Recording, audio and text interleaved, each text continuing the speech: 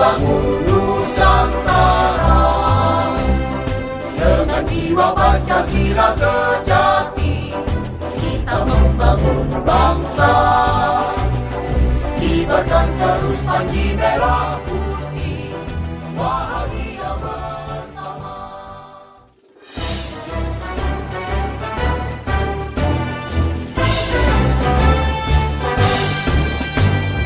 Ayunkan langkah hatimu, junjung akhlak yang tinggi, kerankan anak bagimu dengan semangat Islami.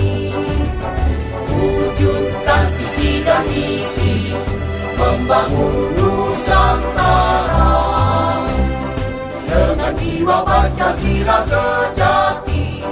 Kita membangun bangsa, kibarkan terus panji merah putih, bahagia bersama. Bismillahirrahmanirrahim. Assalamualaikum warahmatullahi wabarakatuh. Rabbi israh li sadri wa yassir li amri wahlul 'uqdatam min lisani yafqahu qawli. Allahumma shalli wa sallim wa barik ala sayyidina Muhammadin wa ala alihi wa ashabi ajmain. Amma ba'du.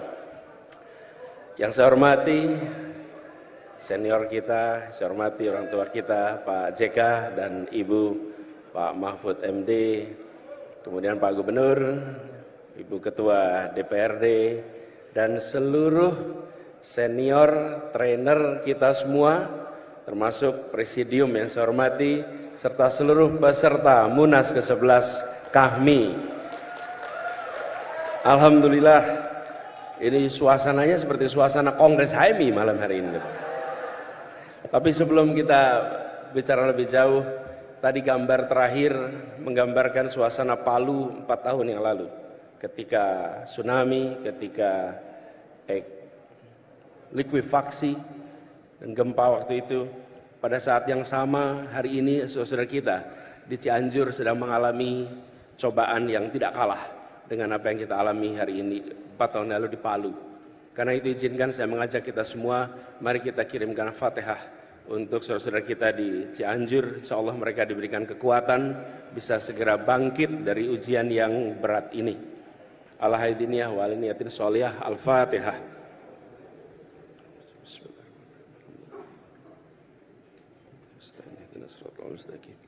Shiratal ladzina an'amta 'alaihim ghairil maghdubi 'alaihim waladdallin. Amin.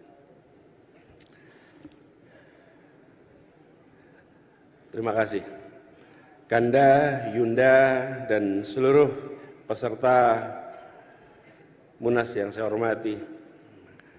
Meneruskan tadi yang disampaikan oleh Pak JK, Ketua Majelis Etik, ketika berbicara tentang HMI, KAHMI, lintas generasi, memang ada sebuah ikatan persaudaraan yang luar biasa kuat. Dan ini dibangun oleh semangat ketika masih mahasiswa bekerja memikirkan bukan saja tentang dirinya, bukan saja tentang masa depannya, tapi tentang bangsanya, tentang negerinya, dan tentang umatnya. Jadi tadi sampaikan Pak JK, dan benar Pak JK, kita semua mengalami, apalagi yang di Jakarta, panggilan Kanda itu di mana-mana. Sering sekali Kanda, dan kita mengalami Pak JK. Saya juga sering ngalamin. Adik-adik kita sering datang ke Jakarta, kalau saya karena dari Jogja, banyak dari Jogja datang, mampir, dan kalau sudah mampir, ngobrol agak panjang. Saya ingat biasanya beberapa kali, dan sering ada pengalaman unik. Gimana, misalnya gini, alhamdulillah Kanda, sekarang saya sudah lulus Kanda, sudah ke Jakarta. Oh, alhamdulillah, syukurlah sudah selesai. Sekarang apa kegiatannya? Alhamdulillah usaha Bang. Syukurlah sudah bisa usaha. Memang kita perlu banyak pengusaha. Bidangnya apa? Ya usahakanlah Bang. Jadi usahanya tolong diusahakanlah Bang. Jadi wah ini repot ini. Jadi keterampilan negosiasi, persuasi di HMI itu luar biasa manfaatnya ke depan. Luar biasa. Dan apalagi kalau ada keterampilan mengelola forum, luar biasa. Karena kita semua tumbuh besar di dalam sebuah tradisi intelektual, tukar pikiran, dan itu bagian dari pengalaman kita. Karena itu saya ingin meneruskan apa yang tadi disampaikan, karena ini sejalan dengan tadi yang coba dipikirkan tentang bagaimana kita ke depan. Menurut saya salah satu hal penting di KAHMI adalah bagaimana peran kecendekiawanan KAHMI kembali ditingkatkan. Ini adalah sebuah tanggung jawab yang tidak kecil. Bagaimana kita semua merasakan keterdidikan yang luar biasa, apalagi generasi awal seperti tadi disampaikan Pak Yusuf Kalla, masuk HMI tahun 60, itu adalah generasi awal yang mendapatkan pendidikan dari kalangan santri, kalangan latar belakang keluarga muslim yang pada waktu itu masih minim karena SMA masih terbatas. Negeri ini membangun SMA tahun 50-an, tahun 60-an mulai perguruan tinggi, terjadi ledakan jumlah mahasiswa. Dan itulah generasi awal.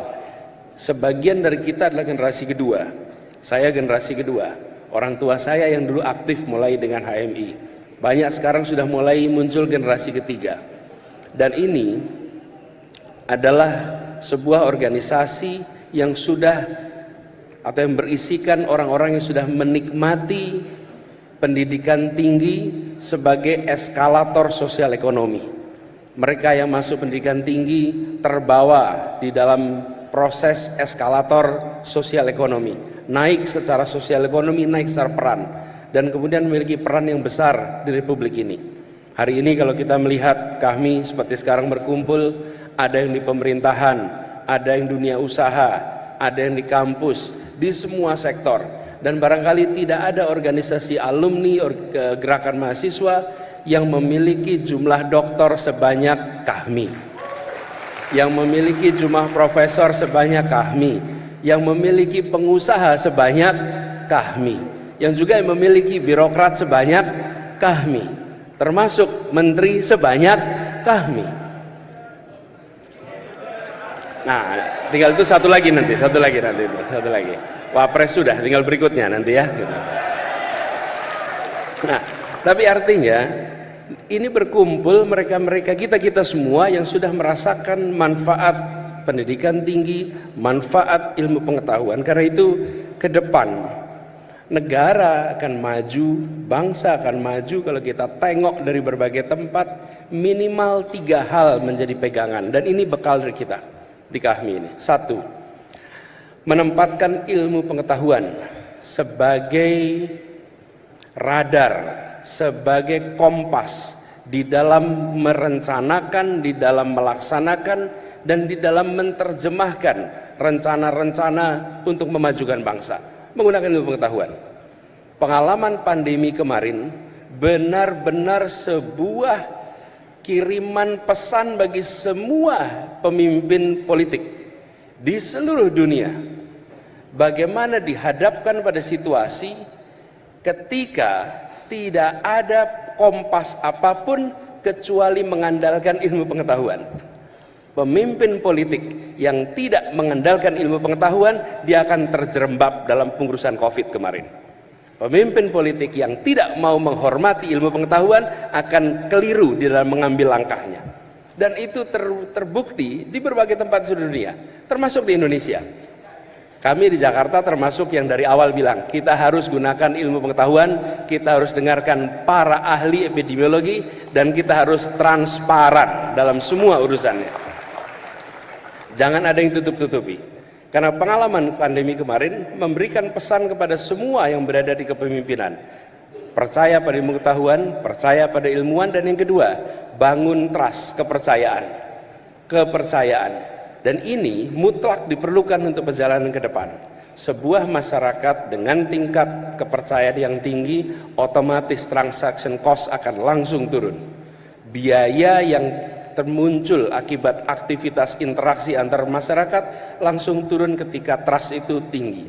Dan trust nomor 1 adalah trust pada pemerintah, pada yang membawa arah kepemimpinan. Karena itu ke depan poin nomor 1 ilmu pengetahuan, dan di sini KAHMI berkumpul pribadi-pribadi yang memiliki bekal ilmu pengetahuan. Apalagi bila diteruskan ilmu pengetahuan yang diwujudkan dalam inovasi, pemanfaatan ilmu untuk terobosan-terobosan yang memberikan manfaat bagi masyarakat. Dan inovasi ini tidak terbatas kepada bidang yang terkait teknologi saja, tapi inovasi yang terkait dengan sosiologi, inovasi yang terkait dengan pemerintahan, inovasi yang terkait dengan public policy. Ruang inovasi itu dibuka besar dan di situ negara akan mengalami kemajuan. Poin nomor 1 adalah bagaimana ilmu pengetahuan itu digunakan. Akhir-akhir ini kita sering merasakan ilmu pengetahuan sering dianggap nomor 2, teori sering dianggap tidak penting, ilmu sering dianggap nomor sekian, yang penting hasil. Belum tentu. Kalau kita tidak menggunakan rumusan yang benar, hasilnya tentu tidak akan bisa benar. Itu pertama. Yang kedua, etos kerja. Tidak ada pilihan lain etos kerja. Kemauan untuk kerja keras, kemauan untuk kerja tuntas, dan kita menyaksikan bagaimana organisasi ini berisi orang-orang yang ulet, tangguh, sanggup bekerja keras. Kalau tidak berada di dalam posisi-posisi yang kita lihat sekarang. Bapak Ibu sekalian, teman-teman yang saya hormati, pada saat kita buka puasa di Jakarta, kami bikin acara buka puasa. Ketika buka puasa itu, lalu kita ada tuan rumah dari buka puasa itu. Para tuan rumah ini adalah pribadi-pribadi yang dibanggakan oleh kami. Di tempatnya Pak JK, tempat Pak Mahfud, tempat gantian ini kita semua. Mereka ini berada di dalam pusat-pusatnya Jakarta. Kenapa? Karena mereka pribadi-pribadi yang memiliki etos kerja yang luar biasa, kemauan kerja keras yang amat tinggi, dan organisasi ini mendidik itu semua. Karena itu ketika bicara tentang etos kerja, tidak ada pilihan lain untuk kita mendorong. Makanya saya sering agak terganggu Pak kalau lihat ada hari Minggu diadakan jalan santai. Bangsa ini sedang perlu ngoyo, bukan perlu santai. Harusnya jalan, bukan jalan santai, tapi jalan ngoyo, jalan kerja keras, etos kerja. Dan kemarin Piala Dunia juga menunjukkan bagaimana Jepang dengan etosnya, bagaimana Saudi dengan etosnya, itu sanggup untuk bisa bangkit. Etos kerja yang luar biasa. Dan yang ketiga, kita bicara tentang etika. Bagaimana etika publik ini dijaga, kepatutan publik ini dijaga. Etika ini bukan soal salah dan benar secara hukum, tapi patut dan tidak. Dan kita menyaksikan bangsa-bangsa yang maju, negara yang maju menjaga yang disebut sebagai kepatutan, etika di dalam masyarakat. Kami, HMI, memiliki stok pengalaman yang begitu banyak di dalam menjaga etika ini. Karena itulah kalau kita bicara tentang ke depan, tengok ke belakang. Tengoklah para pendiri Republik ini. Kalau kita menengok pendiri-pendiri Republik ini, rasanya seperti menengok jajaran Kahmi di masa itu. Waktu itu belum ada Kahmi, karena HMI baru ada tahun 47. Siapa mereka ini? Para alumni Jong Islam Iten Bon, para alumni berbagai organisasi. Mereka adalah pribadi yang satu, punya pondasi agama, pondasi Islam yang kuat. Yang kedua, mereka terbuka pemikirannya dengan gagasan-gagasan dari ilmu pengetahuan yang beredar di masanya. Mereka memiliki etos kerja yang luar biasa. Mereka tidak pernah jera, pun harus menghadapi tantangan kolonialisme yang luar biasa. Dan mereka menjaga etika publik dengan amat tinggi. Founding fathers kita mendirikan republik ini dengan membawa ilmu, membawa etos kerja, dan membawa etika publik yang kemudian mereka wujudkan dalam bentuk pendirian republik ini. Muncul dokumen yang disebut sebagai pembukaan Undang-Undang Dasar 45, disebut sebagai Piagam Jakarta. Siapapun yang membaca dokumen itu pasti mereka akan bilang, di sini ada intisari sebuah pergolakan perlawanan, sebuah gagasan menghadirkan keadilan yang diwujudkan dalam sebuah rangkaian ide yang sangat lengkap. Dibandingkan dengan berbagai negara lain, kalau kita lihat konstitusi, jarang yang memiliki pembukaan sedalam yang dimiliki oleh pembukaan Undang-Undang Dasar 45 kita. Nah, ini semua memberikan kepada kita pelajaran hikmah ke depan. Saya rasa di Kahmi kita punya PR yang cukup besar di sini. Kedepannya siapapun yang nanti bertugas di Republik ini, perlu secara serius menempatkan 3 hal tadi menjadi bahan untuk perjalanan ke depan. Dan tujuannya apa? Tujuannya seperti tadi disampaikan oleh Pak Mahfud. Republik ini didirikan untuk menghadirkan keadilan sosial bagi seluruh rakyat Indonesia. Keadilan itulah yang menjadi tujuan utamanya. Tanpa ada keadilan, maka semua urusan lewat. Tidak ada persatuan dalam ketimpangan. Persatuan akan muncul bila ada rasa keadilan. Tidak akan ada perasaan kebersamaan, kedamaian jika tidak ada rasa keadilan. Dan kedamaian itu tidak ditandai dengan tiadanya kekerasan. Kedamaian itu tidak ditandai dengan tiadanya konflik. Kedamaian itu ditandai dengan hadirnya rasa keadilan. Itulah yang akan bisa menghadirkan rasa kedamaian yang hakiki. Jadi ketika kita berbicara tentang Sulawesi Tengah yang tenang dan damai, maka menjaga Sulawesi Tengah untuk tenang dan damai, menjaga Indonesia tenang dan damai, bukan dengan menghadirkan aparat keamanan yang membuat semuanya merasa khawatir untuk bergerak, tapi dengan menghadirkan rasa keadilan sosial bagi semuanya. Disitulah kemudian pegangan kita. Dan untuk menghadirkan rasa keadilan sosial harus ada inovasi, harus ada terobosan. Dan terobosan itu tidak selalu berbentuk teknologi inovasi itu. Kalau boleh saya cerita sedikit yang kami alami di Jakarta. Di Jakarta ini, terus sekalian, kita punya kasus banyak sekali soal tanah, Pak.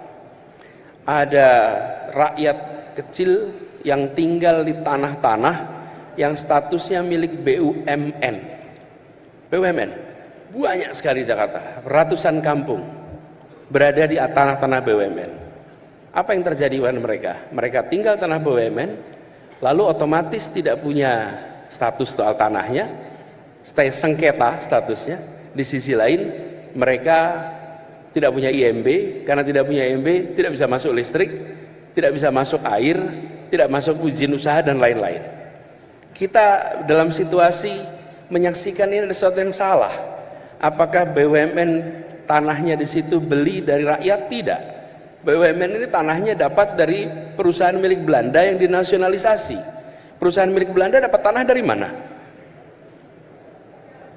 Ya mereka datang digarisin saja tanah itu, dijadikan ini sebagai milik perusahaan Belanda.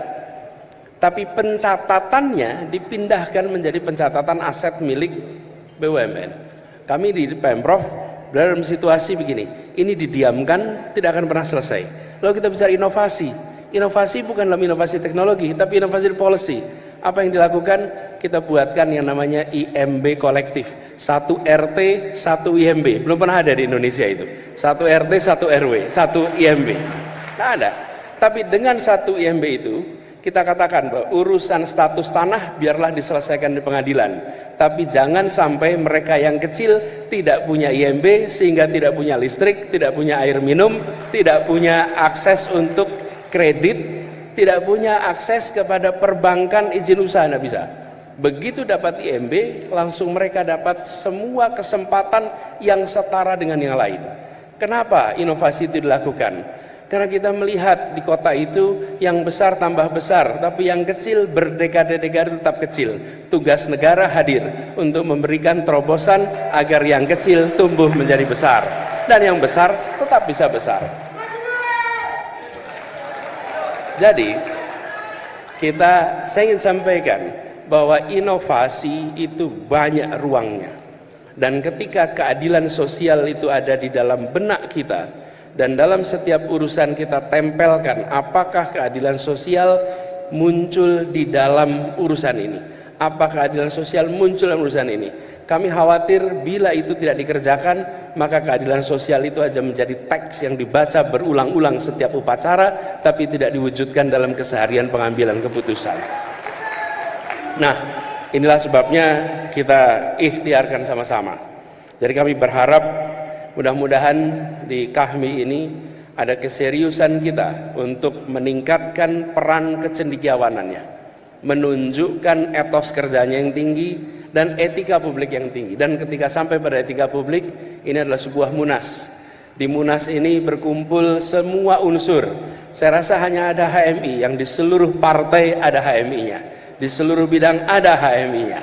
Dan ketika berkumpul, latar belakangnya boleh beda-beda, dan latar belakang tidak bisa dipersatukan, tapi semua berkumpul untuk kemajuan kami, untuk kontribusi kami bagi Indonesia dan bagi umat Islam.